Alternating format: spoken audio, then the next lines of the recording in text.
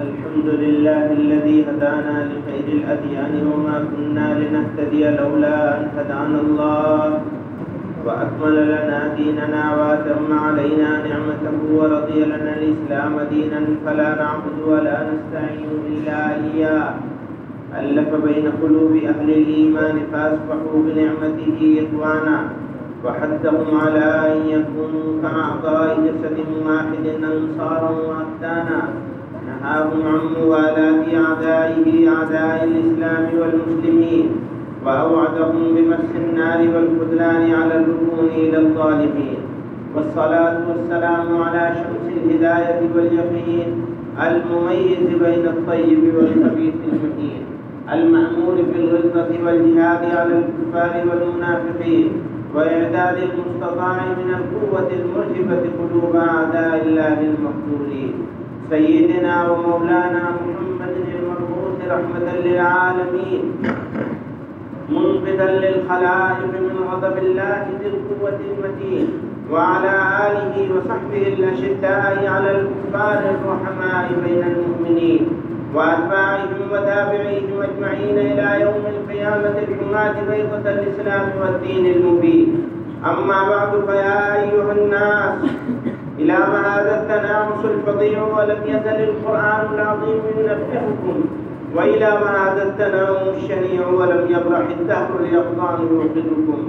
أما بان لكم أن الأمم قد تداعت عليكم تداعي الأسلة على القصعة واجتمعت على أن تبلع الإسلام والمسلمين وبلادهم فتمطرها مضغا حتى ما تخشون الناس والله أحق أن تخشوا وحتى ما تتولون الأعداء والله ورسوله أحق أن تولوا.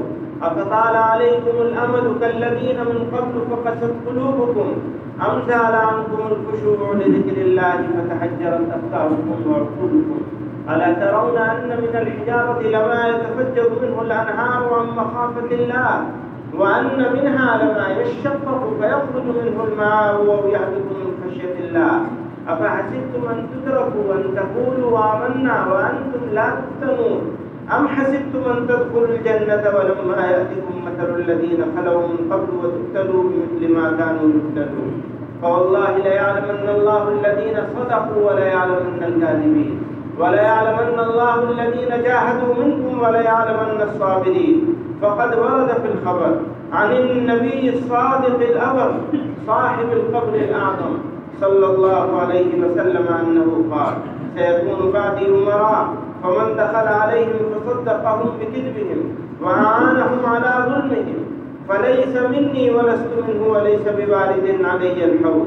ومن لم يدخل عليهم أو دخل عليهم ولم يصدقهم بكذبهم ولم يعنهم على ظلمهم فهو مني وأنا منه وهو بارد علي الحوض.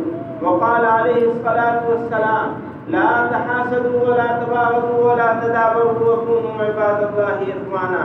وقال الله تعالى في كتابه العظيم: بشر المنافقين بأن لهم عذابا أليما الذين يتخذون الكافرين أولياء من دون المؤمنين أيبتغون عندهم العزة فإن العزة لله جميعا. بارك الله لنا ولكم في القرآن العظيم ونفعنا وإياكم بالآيات والذكر الحكيم.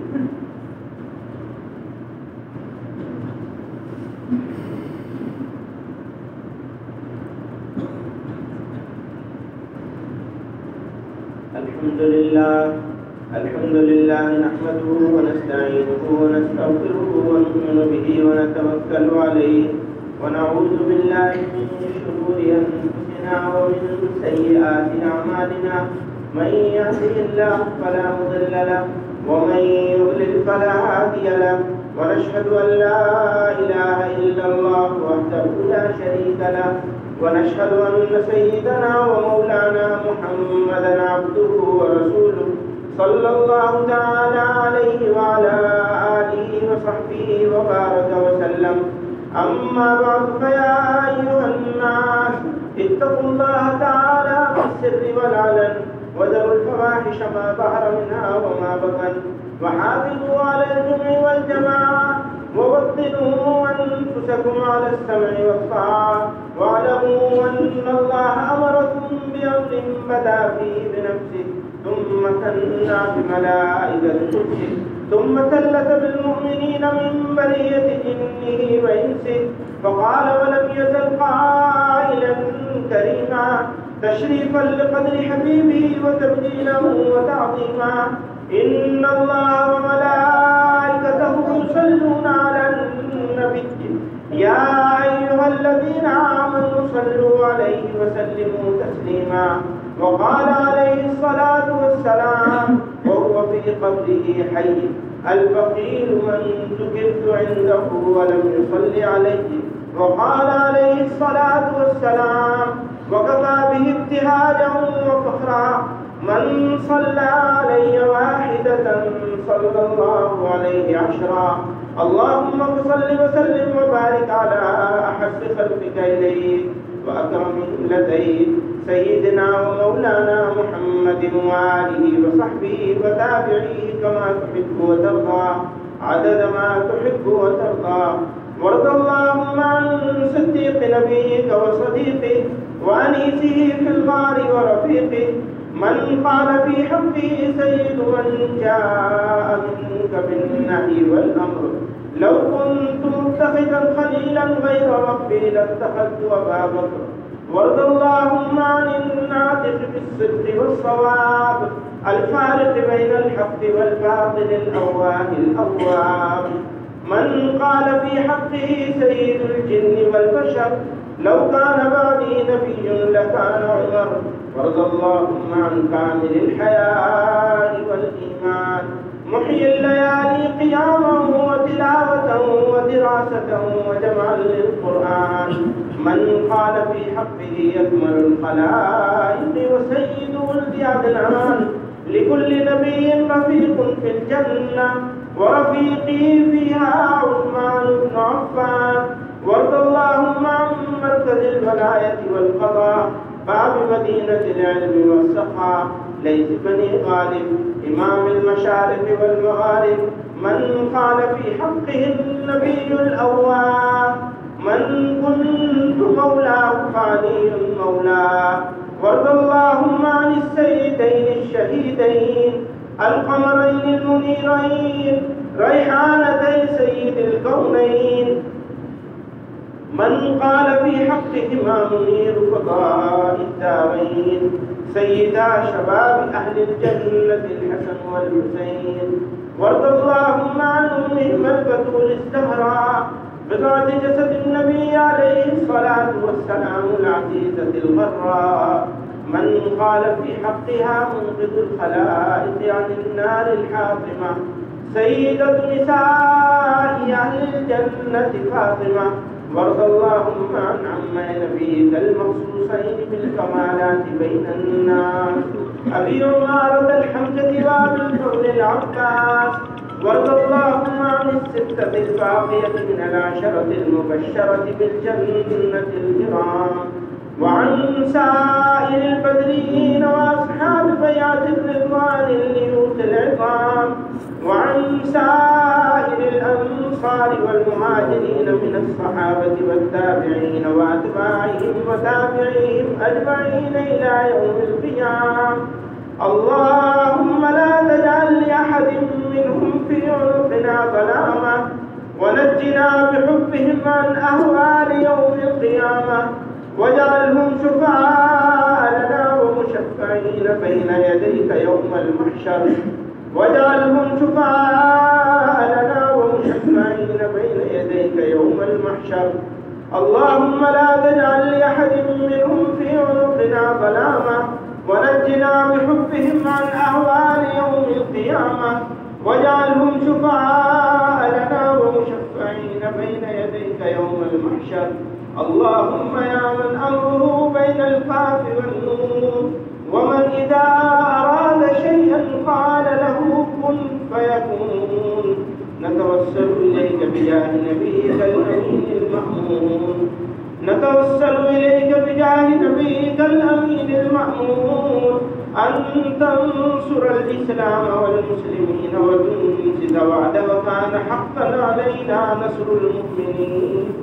ووفق ولاة الإسلام وسلاطينهم لما تحبه وترضاه، واعصمهم عن الضلال والغي والميل إلى الشيطان وما يهوى. اللهم انصر من نصر الإسلام والمسلمين واجعلنا منهم، واخذل من خذل الإسلام والمسلمين ولا تجعلنا معهم. واغفر اللهم لجميع المؤمنين والمؤمنات والمسلمين والمسلمات الأحياء منهم والأموات، إنك سميع قريب مجيب للدعوات يا رب العالمين. ربنا ظلمنا أنفسنا وإن لم تغفر لنا وترحمنا لنكونن من الخاسرين. ربنا لا تزغ قلوبنا، ربنا لا تزغ قلوبنا بعد إذ هديتنا وهب لنا من لدنك رحمة إنك أنت الوهاب. واعف عنا واغفر لنا وارحمنا، أنت مولانا فانصرنا على القوم الكافرين. عباد الله رحمكم الله، إن الله يأمر بالعدل والإحسان وإيتاء ذي القربى وينهى عن الفحشاء والمنكر والبغي يعظكم لعلكم تذكرون. اذكروا الله تعالى يذكركم وادعوه يستجب لكم، ولذكر الله تعالى أعلى وأولى وأعز وأجل وأتم وأعظم وأكبر.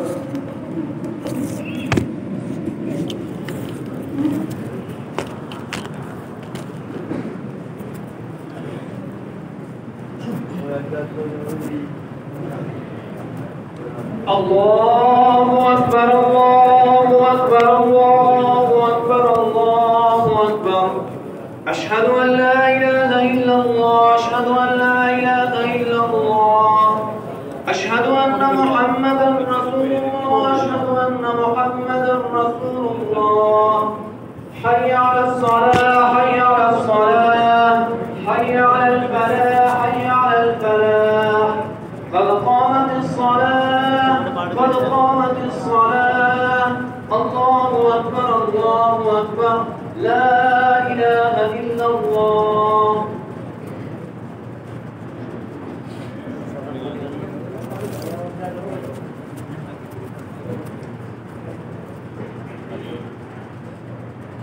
الله أكبر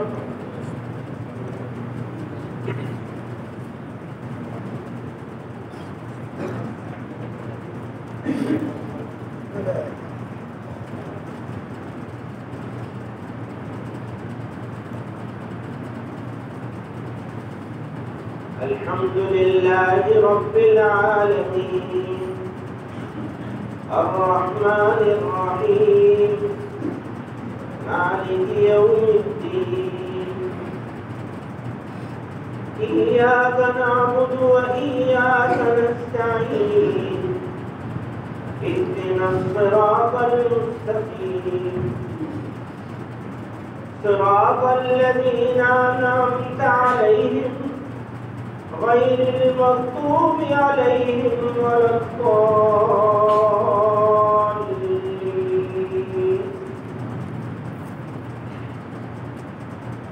سبح اسم ربك الأعلى الذي خلق فسوى والذي قدر فهدى والذي أخرج المرعى فجعله غثاء أحوى سنقرئك فلا تنسى إلا ما شاء الله إنه يعلم الجهر وما يخفى ونيسرك لليسرى فذكر إن نفعت الذكرى سيذكر من يخشى ويتجنبها الأشقى الذي يصلى النار الكبرى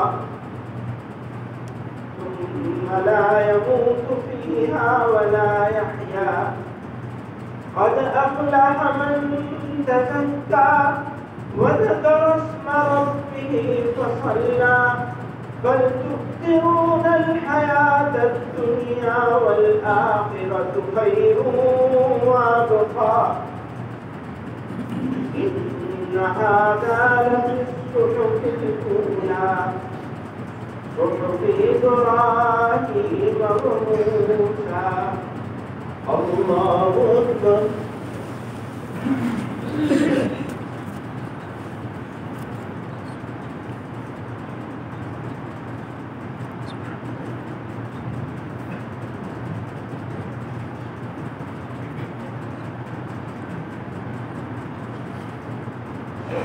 الله لمن حمده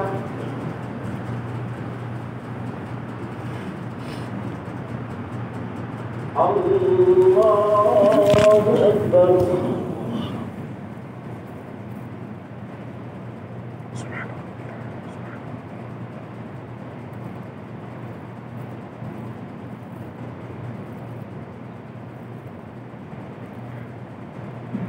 الله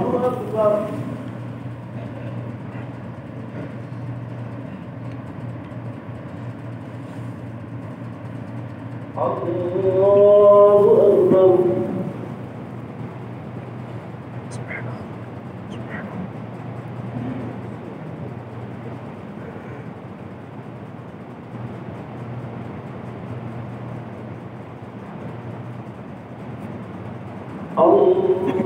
الله أكبر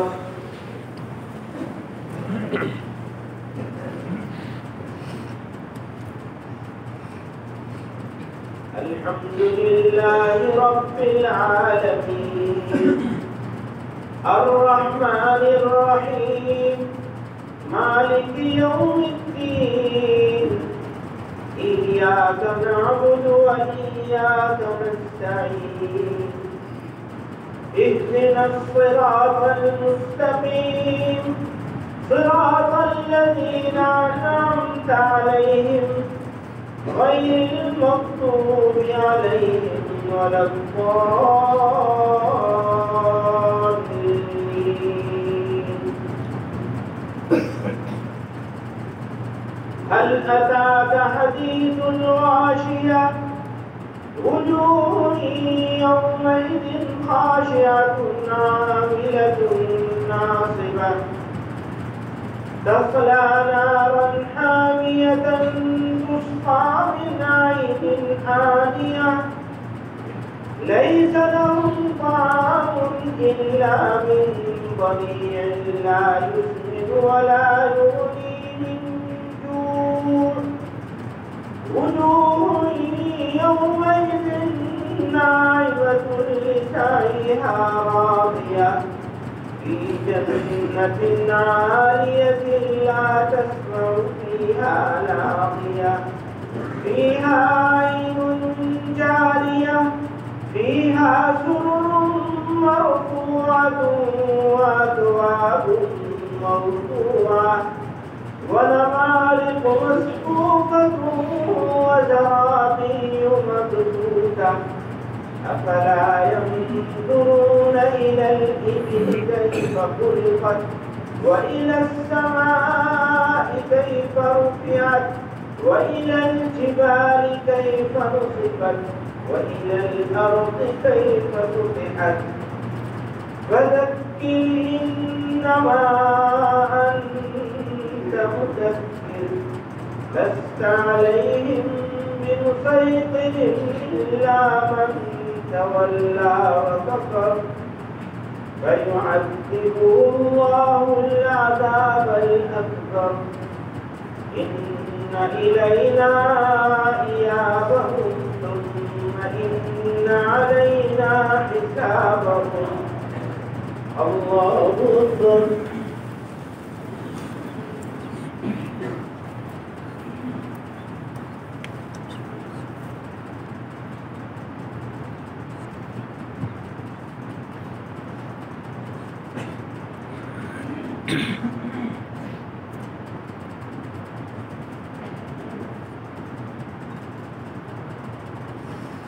سمع الله لمن حمده.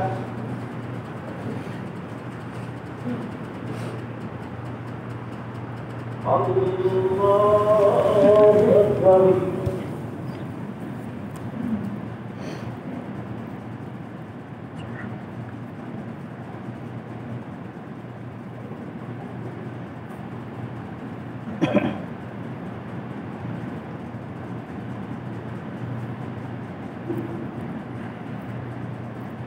الله أكبر. الله أكبر.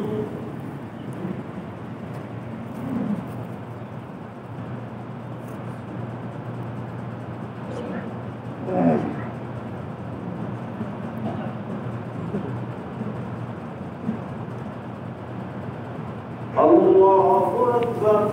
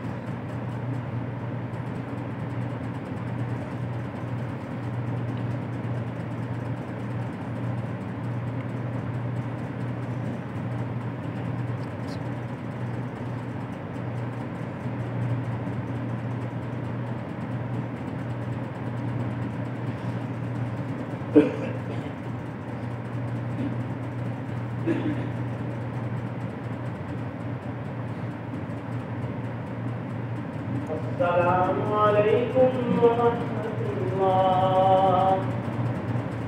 السلام عليكم ورحمة الله. الله.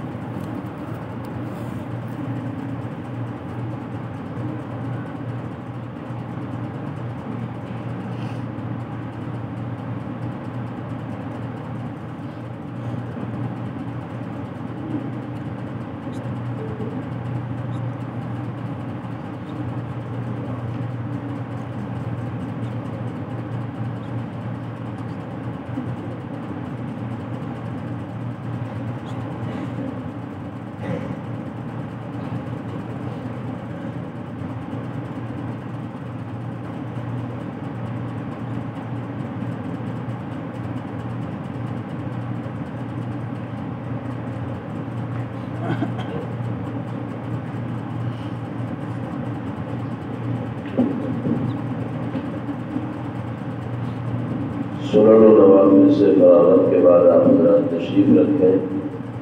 जानशीन फ़िदाए मिल्लत हज़रत अक़दस मौलाना सैयद महमूद असाद मदनी दामत बरकातुहु वल आलिया नसीहत फरमाएंगे।